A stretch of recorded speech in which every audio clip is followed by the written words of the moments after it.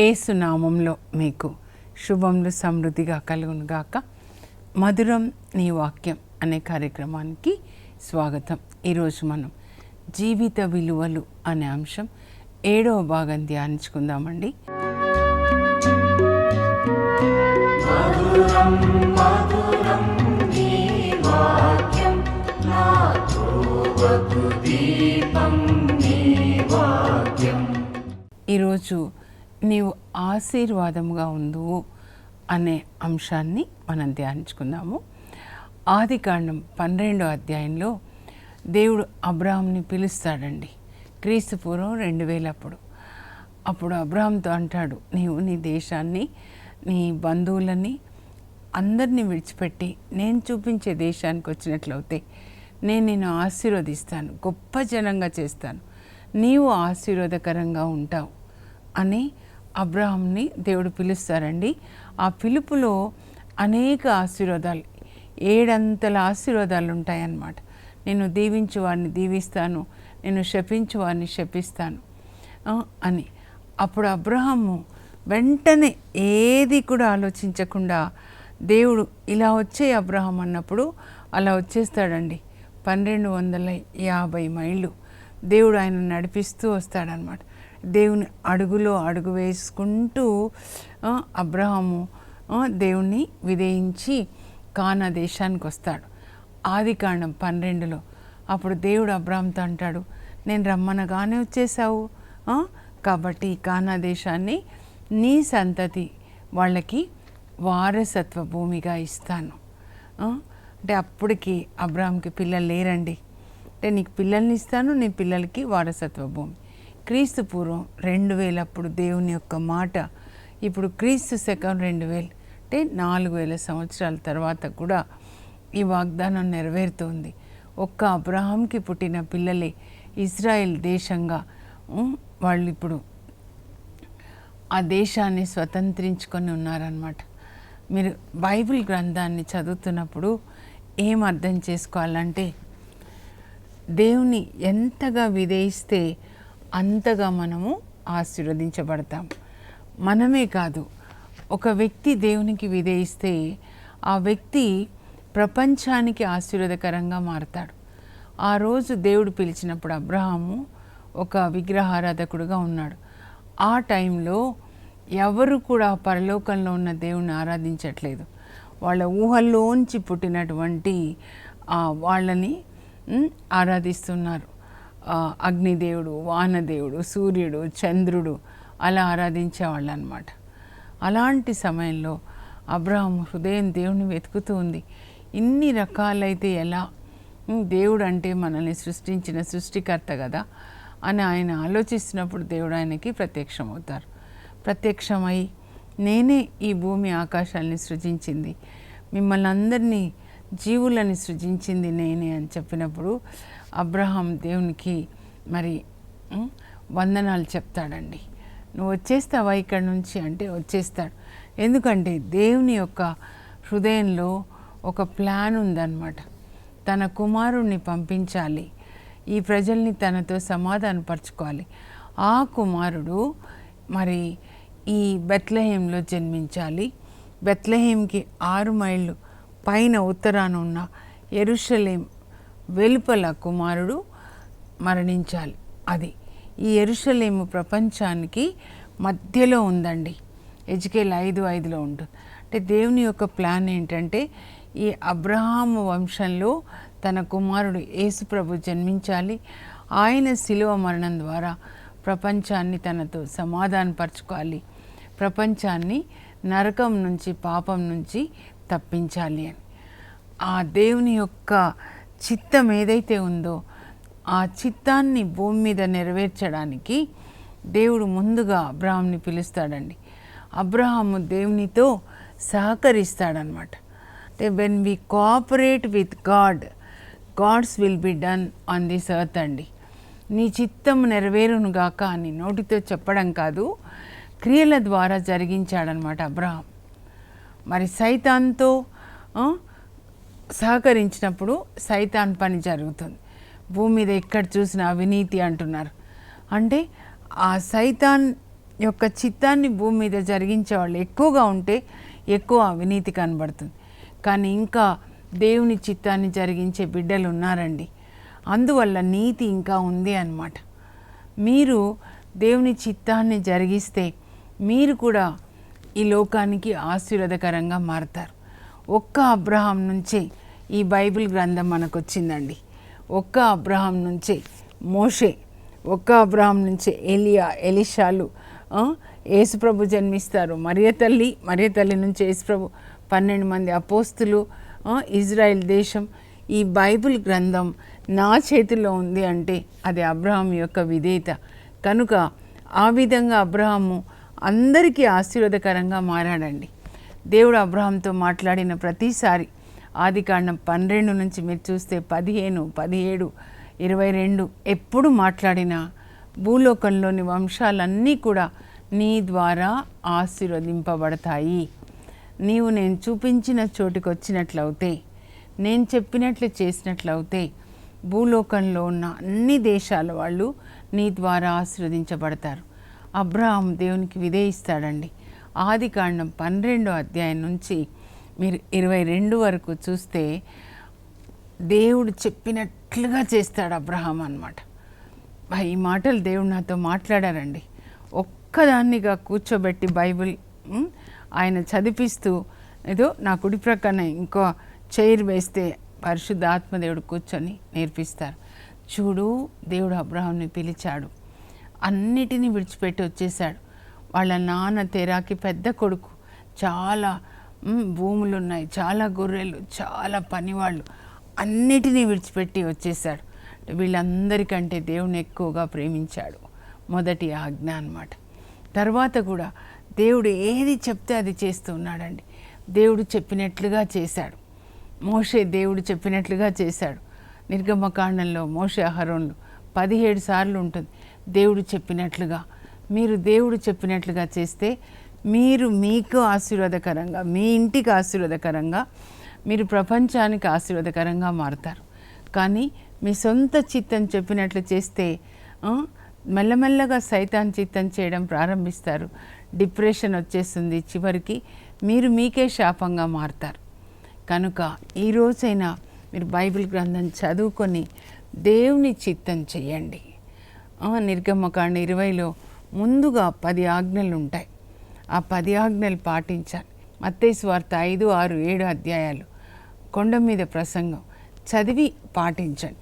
దేవుని వాక్యం చదవండి, పాటించండి. మీరు దీవెనలు పొందుతారు. వేరే మార్గమే లేదండి.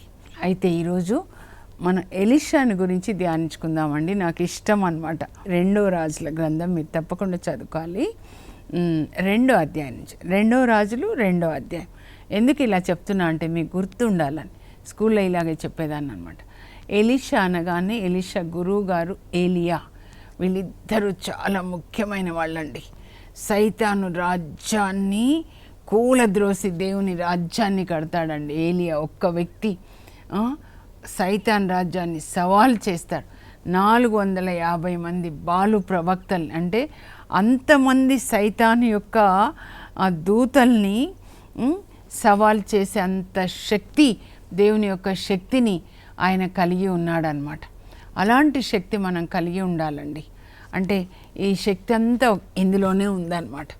ఇదే దేవుని యొక్క శక్తి. సువార్త దేవుని యొక్క శక్తి అన్నమాట. అందుకే వాక్యం ఎంత చదివితే మీకు అంత బలం వస్తుంది. మనం నిన్న ధ్యానించుకున్నాం కదా, అంతోని వారి యొక్క బలం ఏమీ లేదండి, దేవుని యొక్క వాక్యమే ఆయన నిండా ఉందన్నమాట.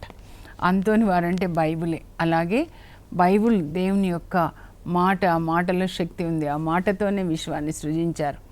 ఒక్క మాటలో లాజరు వెలుపలికి రా అంటే లాజరు వచ్చేసాడనమాట. ఏలియాకి 5 సంవత్సరాలు సేవ చేస్తాడు ఆయన యొక్క శిష్యుడు ఎలీషా అన్నమాట. 5 సంవత్సరాలు తన గురువు గారు ఎలా ప్రార్థిస్తున్నారు, ఎలా దేవుని సేవ చేస్తున్నారు. తన గురువు గారు ప్రార్థిస్తే చనిపోయిన వాళ్ళు లేస్తున్నారు, ప్రార్థిస్తే వర్షం ఆగిపోయింది, ప్రార్థిస్తే వర్షం వచ్చేసింది. బాలు దేవతల్ని కార్మెలు కొండ మీద సవాల్ చేస్తాడు. అక్కడ వాళ్ళ శక్తిని అంతా బంధించేస్తాడు. మంత్రశక్తి, సైతాన్ శక్తిని, 450 మందిలోంచి పనిచేసే శక్తిని బంధిస్తాడు. అలాంటి వాళ్ళ కొరకండి దేవుడు చూస్తున్నారు. ఆ ఏలియా ఎలీషాలు మళ్ళీ ఇప్పుడు జన్మించాలన్నమాట. అయితే ఆ ఏలియా టైం వచ్చినప్పుడు దేవుడు ఆయనని పరలోకానికి తీసుకెళ్తాడండి. తీసుకెళ్లే ముందు ఎలీషాని అడుగుతాడనమాట, 5 సంవత్సరాలు నాకు సేవ చేసావు కదా, ఈ మాట ఉండదులేండి, నేను వెళ్ళిపోతున్నాను, ప్రభు నన్ను తీసుకెళ్ళిపోతున్నారు, నీకేం కావాలి కోరుకో అని అడుగుతాడనమాట ఏలియా తన శిష్యుడిని. నాకు గురువుగారు మీ శక్తిలో 2 అంతల శక్తి, అభిషేకం, దేవుని యొక్క అభిషేకము 2 అంతలు కావాలి, ఇలాంటి మనం కోరుకోవాలి. అప్పుడు అమ్మో చాలా కష్టమైంది అడుగుతున్నావు, అయినా కూడా నేను ఇలా పరలోకానికి వెళ్ళను చూస్తే అప్పుడు నీకు ఆ శక్తి వస్తుంది. అలా వాళ్ళు యోర్దాన్ దాటి ఇలా నడుస్తుంటారు. పరలోకం నుంచి అగ్ని రథాలు వచ్చేస్తాయండి అలా ఆకాశంలోకి. అగ్ని దేవదూతలు అగ్ని రథాల్ని నడిపిస్తున్నారు. అప్పుడు సుడిగాలి ఏలియాని ఎత్తుకొని, అంటే పరిశుద్ధాత్మ అగ్ని రథాల్లో కూర్చోబెడతారు. అలా పైకి వెళ్ళిపోతూ ఉంటే ఆయన ఏలియా అంగి కింద పడుతుందన్నమాట. అలా అని చూస్తాడనమాట. ఎందుకంటే ఏలియా చెప్తాడు, నేను పరలోకానికి వెళ్ళడం చూసావంటే నీకు ఆ శక్తి వస్తుంది. ఇలా చూస్తాడు తన గురువుగారు వెళ్ళడం, అగ్ని రథాలు, అదంతా కూడా పరలోకం నుంచి వచ్చిన ఆత్మ సంబంధమైన దేవదూతలు అగ్ని రథాలు. ఏలియా కూడా అలా వెళ్ళడం చూస్తాడు. అప్పుడు అంటే ఆత్మ కన్నులతో చూశాడనమాట. అప్పుడు ఆయన అంగీ కింద పడుతుంది, ఆ అంగీని తీసుకుంటాడు. అప్పటి నుంచి 2 అంతల శక్తి అన్నమాట. ఇప్పుడు ఆయన యోర్దాన్ దాటి ఈవలికి రావాలి. వాళ్ళ గురువుగారు దాటడానికి తన అంగీతో ఇలా మోదగానే యోర్దాన్ 2గా చీలుతుందండి. మీరు మర్చిపోకూడదు, మోషే కర్ర చాస్తే సముద్రం చీలుతుంది. మరి యెహోషువ జాషువా టైంలో యాజకులు వాళ్ళు పరిశుద్ధ వస్త్రాలు ధరించి మందస పెట్టెని ఎత్తుకొని యోర్దాన్ నదిలో దిగగానే యోర్దాను 2గా చీలుతుంది. అంటే పైనుంచి వచ్చే నీళ్ళు ఆగిపోతాయి, దారి వచ్చేస్తుంది. పరిశుద్ధత, దేవుని యొక్క సన్నిధి, దేవునికి విధేయత అన్నమాట. అదే ఏలియా అంగితో ఎలీషా ఇలా కొట్టేస్తాడు. కొట్టేసి ఏమంటాడంటే, ఏలియా దేవుడు ఎక్కడా అంటే, అద్భుతాలు చేసే దేవుడు, యోర్దాన్ని చీల్చే దేవుడు ఎక్కడా అనగానే రెండోసారి కొట్టగానే యోర్దాన్ నది 2గా చీలుతుందండి. అబ్బా, ఇంకా అక్కడ చూస్తూ ఉన్నారనమాట. ఆ చూసేవాళ్ళు అంటారు, అబ్బో ఏలియా అభిషేకం ఎలీషాకు వచ్చేసింది అంటారు. తర్వాత ఆయన ఎరికోకి వస్తాడండి. ఎరికో చాలా సుందరమైన నగరం అన్నమాట. అప్పుడు ఎరికో ప్రజలు ఎలీషా ప్రవక్త దగ్గరికి వచ్చాయ్యా, ఇది చాలా సుందరమైన నగరం, it is called city of palms అన్నమాట. అన్ని పామ్ ట్రీస్తో చాలా అందంగా ఉంటుంది, చాలా అందంగా ఉంటుందయ్యా, సుందరమైన నగరం. కానీ ఇక్కడ ఈ నీళ్లు మంచి కాదు, నీళ్లు త్రాగితే ఇదో స్త్రీలకి గర్భస్రావం అవుతుంది, అబార్షన్ జరుగుతుంది అని చెప్తారనమాట. అప్పుడు కొత్త పిడతలో కొంచెం ఉప్పు వేసి తీసుకురండి అంటాడు ఎలీషా. వాళ్ళు తీసుకొస్తారు. ఈ నీళ్లు ఎక్కడి నుంచి వస్తున్నాయి, నీటి బుగ్గ చూపించండి అంటే చూపిస్తే అక్కడ ఆ ఉప్పు వేస్తాడనమాట. వేసి ఏమంటాడంటే, ఈ నీటిని నేను శుద్ధి చేశాను కనుక దీనివల్ల ఇప్పటి నుంచి ఎవరికి కూడా చావు కానీ, గర్భస్రావం కానీ, అబార్షన్స్ కానీ, చావు కానీ ఇంకా కలగదు అని చెప్తాడు. దేవుడు ఆయనకి చెప్తాడనమాట. పాత నిబంధనలో నూతన నిబంధన అభిషేకాన్ని కలిగి ఉన్న వ్యక్తులండి వీళ్ళు, ఈ ప్రవక్తలు. ప్రభు వాక్యం ఇది అని చెప్తాడు. ప్రభు ఏది చెప్తే అది చేస్తాడు. అంతే, ఇప్పటికీ కూడా ఆ నీళ్ళు ఎరికోలో నిర్మలంగా ఉన్నాయన్నమాట. ఉప్పు వేస్తున్నారు. అందుకే మనకు కూడా ఫాదర్స్ అట్లా చేస్తారు చూడండి. మీరు భూమికి ఉప్పు అని చెప్తున్నారు దేవుడు. ఉప్పు శుద్ధి చేయడానికి వాడారు కదండి. మనం కూడా అలా శుద్ధి చేయడానికి వాడబడాలి. యేసు ప్రభు వాక్యంతో రక్తంతో మనల్ని శుద్ధి చేస్తున్నారు కదా. మనం కూడా ఆ వాక్యాన్ని కలిగి ఉండి మనం ఇతరులని శుద్ధి చేయడానికి, స్వస్థపరచడానికి మనలో యేసు ప్రభు ఉన్నట్లయితే ఆ యేసు మన ద్వారా స్వస్థత చేస్తారు. మనం కాదండి చేసేది, మట్టి కుండ కాదు, మనలో ఉన్న క్రీస్తు అన్నమాట. ఇంకా ఆ తర్వాత ఆయన ఒక సెమినరీని నడుపుతాడండి. ప్రవక్తల సమాజం అంటారనమాట. 100 మంది ప్రవక్తల్ని తయారు చేస్తాడనమాట. సమూవేలు ప్రవక్త కూడా అలా తయారు చేసేవాడు. ఈయన కూడా తను వెళ్ళిన చోట ప్రవక్తల్ని తయారు చేస్తాడనమాట. అయితే ఆ ప్రవక్తల సమాజంలో ఉన్న ఒక ప్రవక్త చనిపోతాడండి. అప్పుడు ఆయన భార్య ఎలీషా ప్రవక్త దగ్గరికి వచ్చి చెప్తుంది, అయ్యా నా భర్త చనిపోయారు, ఆయన కూడా మీ దగ్గర మరి ఆ ప్రవక్తల సమాజంలో ఉన్నాడు కదా, ఇప్పుడు అప్పుల వాళ్ళు వచ్చేసారు, నా భర్త చేసిన అప్పుల వాళ్ళు వచ్చి నా 2 పిల్లలు చిన్న పిల్లలు అనమాట, వాళ్ళని తీసుకొని పోతాము అప్పుల కింద అంటున్నారు. అంటే అమ్మ నేను నీకు ఎట్లా సాయం చేయాలి తల్లి, నేనేం ఉపకారం చేయాలి అని ఆ లోపల దేవుడు చెప్పుంటారనమాట. అమ్మ మీ ఇంట్లో ఏముందమ్మా అని అడుగుతారు. మా ఇంట్లో చిన్న పిడతలో కొద్దిగా ఒలివ నూనె ఉంది అని చెప్తుంది. లేదు అనే మాట వాడలేదు. చూసారా, ఎప్పుడు మనం అలా అనకూడదు. ఏముంది అంటే పిడతలో కొంచెం నూనె ఉంది అని చెప్తుంది అనమాట. అయితే నువ్వు మీ కొడుకుల్ని పంపించి మీ ఇంటి చుట్టూ ఉంటారు కదా, చుట్టుప్రక్కల వాళ్ళ ఇళ్ళల్లో నుంచి ఖాళీ కుండలు తీసుకొని వచ్చి ఆ దుత్తలో ఉన్న నూనె ఆ ఖాళీ కుండల్లో పోసేసేయండి, తలుపులు మూసుకొని. కొడుకుల్ని పంపిస్తుంది, మీ ఇంట్లో ఉన్న ఖాళీ కుండలు ఇవ్వండి, అడిగి తీసుకురండి నాన్న, తర్వాత మళ్ళీ ఇస్తాము అని చెప్పండి అని. వాళ్ళు తీసుకొస్తారు. ఆమె చూడండి ఎంత విశ్వాసంతో ప్రవక్త చెప్పినట్లుగా చిన్న దుత్తె ఇలా తీసుకుంటుంది చేతిలోకి. అలా ఖాళీ కుండలు కొడుకులు వరుసగా పెడితే ఇలా పోస్తూ ఉంటే నూనె పెరుగుతుందండి. ఒక కుండ నిండగానే కొడుకులు ఏం చేస్తారు, దాన్ని ప్రక్కన పెడతారు. ఇంకొక కుండలు, అలా అన్ని కుండలు నిండే వరకు నూనె పెరుగుతుంది. కుండలు నిండిన తర్వాత నూనె పెరగడం ఆగిపోతుంది.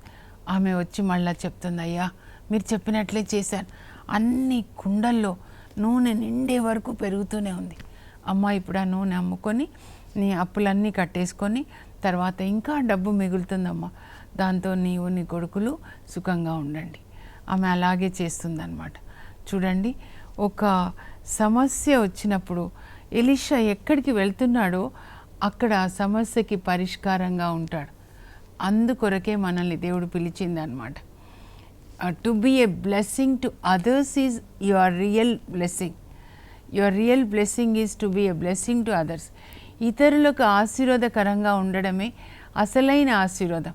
పరిశుద్ధ ఆత్మ ఉన్నవాళ్ళే దీన్ని గ్రహిస్తారు. ఈ లోకంలో ఈ లోకపు ఆత్మ, స్వార్థపు ఆత్మ ఉన్నవాళ్ళు ఎట్లా దోచుకోవాలి, తర్వాత అనేక పాపాలు చేసి నరకానికి వెళ్తారనమాట, ధనికునిలాగా. కానీ దేవుని ఆత్మ ఉన్నవాళ్ళు ఎక్కడ నడిచినా వాళ్ళలో దేవుడు ఉంటారు. వెళ్ళిన ప్రతి చోట అద్భుతాలు అన్నమాట. తర్వాత ఒకసారి ఎలీషా షూనేం పట్టణానికి వెళ్తాడండి. అక్కడ ఒక ధనికురాలు ఉంటుందన్నమాట. ఆయన సువార్త బోధించిన తర్వాత ఆమె అంటుంది, అయ్యా మా ఇంటికి వచ్చి భోంచేయండి అని. ఆమె కూడా సువార్త విన్నదన్నమాట. అప్పుడు ఎలీషా వెళ్తాడు. ఒక సేవకుడు కూడా ఉంటాడు ఎలీషాకి, గెహాజీ అని అనమాట. ఇంకా అక్కడ భోంచేస్తాడు, కొంచెం రెస్ట్ తీసుకొని మళ్ళీ వెళ్ళిపోతాడు. సో ఆమె అంటుంది, అయ్యా మీరు షూనేం పట్టణానికి వచ్చినప్పుడల్లా వాక్యం బోధించినప్పుడు దయచేసి మా ఇంటికి రండి, మీరు వస్తే దేవుడు వచ్చినట్లయ్యా అని బ్రతిమలాడితే ఎలీషా అలాగే అని వస్తాడు గెహాజీతో కలిసి. అప్పుడు ఆ షూనేం వనిత వాళ్ళ భర్తని అడుగుతుందనమాట, అయ్యా ఈయన మన ఇంటికి వచ్చినప్పుడల్లా మన ఇంట్లో భోంచేస్తున్నాడు, పడుకోవడానికి ప్రత్యేకంగా ఒక గది లేదు కదా, మన ఇంటి పైన ఆయనకు ఒక గది కడదామా, కడతారండి? ఆయన పరిశుద్ధుడు, ఆ దైవజనుడు అంటుంది. ఆయనలో ఒక పరిశుద్ధతను ఆమె గమనిస్తుందండి. పరిశుద్ధ ఆత్మ ఉన్నవాళ్ళు ఇతరులు గమనిస్తారు, తెలుసుకుంటారండి. ఏ వ్యక్తిలో ఏ ఆత్మ ఉందో వాళ్ళకి తెలిసిపోతుంది. అప్పుడు తన భర్త ఎలీషా ప్రవక్తకి ఒక గది కడతాడనమాట. అప్పుడు వాళ్ళు ఇంకోసారి వచ్చినప్పుడు భోంచేసిన తర్వాత ఆమె చెప్తుంది, అయ్యా మీ కొరకు పైన ఒక గది కట్టించాము, అన్నీ సిద్ధంగా ఉన్నాయి, పడుకోండి. ఎందుకంటే ఇక్కడ కింద పడుకుంటే గేదెలు, పశువులు, గొర్రెలు అన్నీ ఉన్నాయి. అప్పుడు ఆయన పైకి వెళ్ళేసరికి చక్కగా ఉంటుందన్నమాట గది.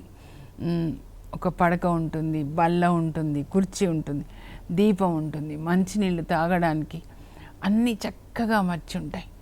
అబ్బా ఇంత మేలు మనకి చేశారు మన గేస్తురాలు. మనం ఆమె రుణం తీర్చుకుందాం గెహాజీ, తనని పైకి రమ్మని చెప్పయ్యా అంటే వచ్చి బయట నిలబడుతుందన్నమాట. అమ్మ, రాజు దగ్గర ఏమన్నా రికమెండేషన్ ఉందా? ఏదైనా సాయం చేయొచ్చా? మా కోసం ఇంత కష్టపడ్డారు. లేదయ్యా, మాకు అన్ని బంధువులు చూసుకుంటారు. అప్పుడు గెహాజీ అంటాడు గబాల్న, ఈమెకు పిల్లలు లేరయ్యా, ఈమె భర్త కూడా ముసలివాడు. వెంటనే ఎలీషా అంటాడు, అమ్మా వచ్చే ఏడాది నాటికి నీకు అగిట్లో కుమారుడు ఉంటాడు. అయ్యా మీరు అబద్ధాలు ఆడొద్దు దైవజనులు, అయ్యా మీరు దైవజనులు అబద్ధములు ఆడకూడదు అంటుంది. చూడండి, దేవుని యొక్క బిడ్డలు ఎలా ఉండాలని ప్రజలు కోరుకుంటారు. కానీ సరిగ్గా ఎలీషా చెప్పిన సమయానికి ఆమెకి కొడుకు పుట్టాడంట. ఆ ఊర్లో అందరికీ తెలుసండి, వీళ్ళు ధనికులు కానీ ఆమె గొడ్రాలు, పిల్లలు లేరు. ఆయన ముసలివాడైపోయినాడు, ఇంకా అయిపోయింది వాళ్ళ వయస్సు. కానీ ఎలీషా అడుగు పెట్టిన తర్వాత దేవుడు అక్కడ అద్భుతం చేశారనమాట. ఆదికాండం 18:10 మీకు గుర్తుందా? అబ్రహాం సారాలు దేవునికి త్రియేక దేవుడు యాక్చువల్గా దూతలకి అతిథి సత్కార్యాలు చేసిన తర్వాత దేవుడు లోపలికి వచ్చి చెప్తాడు అబ్రహాంతో, అబ్రహాము వచ్చే ఏడాది సరిగ్గా ఇదే సమయానికి మీ ఇంటికి వస్తాం, అప్పటికి నీ భార్య సారా కొడుకు పుడతాడు. సారా నవ్వుతుంది, ఈ ముసలి ఆమెకి ఆ ముసలి అబ్రహాముకి ఎట్లా పిల్లలు పుడతారని. కానీ దేవుడు చెప్పినట్లే ఆమె కూడా కంటుందన్నమాట. దేవుని యొక్క మాటలో అంత బలం ఉందండి. నేను ఎప్పుడు అనుకుంటాను, ఈ దేవుని యొక్క ఒక్కొక్క మాటలో బలం ఉంది. ఆ వాక్యం మనం చదివినప్పుడు అది మనకి జరుగుతుంది. కనుక వాక్యాన్ని చదివి మీరు జీవించండి, బలాన్ని పొందండి, ఆశీర్వాదాలని పొందండి. ఇంకా చాలా ఉంది, అయితే ఇప్పుడు కొంచెం ధ్యానించుకొని రేపు మిగిలింది ధ్యానించుకుందాము. ఏంటంటే ఆయన దగ్గర, ఎలీషా దగ్గర ఒక 100 మంది సెమినేరియన్స్ ప్రవక్తల్ని ట్రైనింగ్ ఇస్తున్నాడు కదండి. అయితే వీళ్ళు అక్కడ అడవిలో ఉంటారు కాబట్టి అడవిలో మరి ఆ రోజు వంటకి ఏమన్నా సొరకాయల సాంబార్ చేద్దామని వెళ్తారనమాట. సొరకాయలు దొరుకుతాయని, ఏదో ఒకటి దొరికింది, పిచ్చి తీగకి కాయలు తీసుకొని వచ్చి ఇంకా గెహాజీ వంట చేస్తుంటే మళ్ళీ అందులో ఆ పులుసులో వేసేస్తారనమాట. పెద్ద కాగులో ఆ పులుసులో ఈ కాయలు ముక్కలు చేసి వేస్తే వాళ్ళు తినేటప్పుడు చేదు విషం అనమాట. ఇది విషం ఎక్కింది గురువుగారు అనగానే, గురువుగారు కొంచెం పిండి తీసుకురండి నా దగ్గరికి అని తీసుకొని వస్తే అప్పుడు ఆ పులుసులో వేసేస్తారు. అప్పుడు దేవుడు ఆయనకు చెప్తారు, ఇంకా ఆ విషం విరిగిపోయింది అని. ఈ పిండి రొట్టె అంటే యేసు ప్రభుకి సాదృశ్యం అన్నమాట. ఇదే దేవుని యొక్క వాక్యం. మన్నా తర్వాత ఇంకొకసారి ఏమవుతుందంటే, ఒక ఆయన తనకి పంట పండిందని తొలి పంటతో ఒక 20 రొట్టెలు తెస్తాడు, యవధాన్యపు రొట్టెలు తెచ్చి గురువుగారికి ఇస్తాడు. అంటే మొదటి తొలి ఫలం దేవునికి ఇవ్వాలి కదా అని. అప్పుడు ఎలీషా ఏం చేస్తాడంటే గెహాజీకి ఇచ్చేసి, ఇవి ఈరోజు డిన్నర్కి మన ప్రవక్తలందరికీ కూడా బ్రదర్స్కి పంచు అని. అప్పుడు గెహాజీ అంటాడు, 100 మంది ఉన్నారు, ఈ రొట్టెలు 20 ఎలా సరిపోతాయి గురువుగారు? అప్పుడు ఎలీషా అంటాడు, ప్రభు వాక్యం ఇది, ప్రభు చెప్తున్నారయ్యా, ఈ రొట్టెలు అందరికీ పంచిపెట్టండి, తిన్న తర్వాత ఇంకా కొన్ని మిగులుతాయని. అప్పుడు గెహాజీ అలా పంచుతూ ఉంటే అవి పెరుగుతూ ఉంటాయండి. అందరూ తిన్న తర్వాత ఇంకా కొన్ని మిగులుతాయి. చూడండి, యేసు ప్రభు 5 రొట్టెలు 2 చేపలతో 5,000 మందికి ఆహారం ఇచ్చారు. అదే ఇక్కడ ఎలీషా ద్వారా దేవుడు చేస్తారనమాట. ప్రభు వాక్యం ఇది అని చెప్తారు. అంటే అందరికీ కూడా ఆశీర్వాదకరంగా ఎలీషా జీవించాడండి. అలా మనం జీవించాలని దేవుని యొక్క కోరిక అన్నమాట. మనం కూడా ప్రార్థించుకుందాం ప్రొద్దున లేచినప్పుడు, ప్రభా ఈరోజు నేను ఎవరికి ఆశీర్వాదకరంగా ఉండాలి.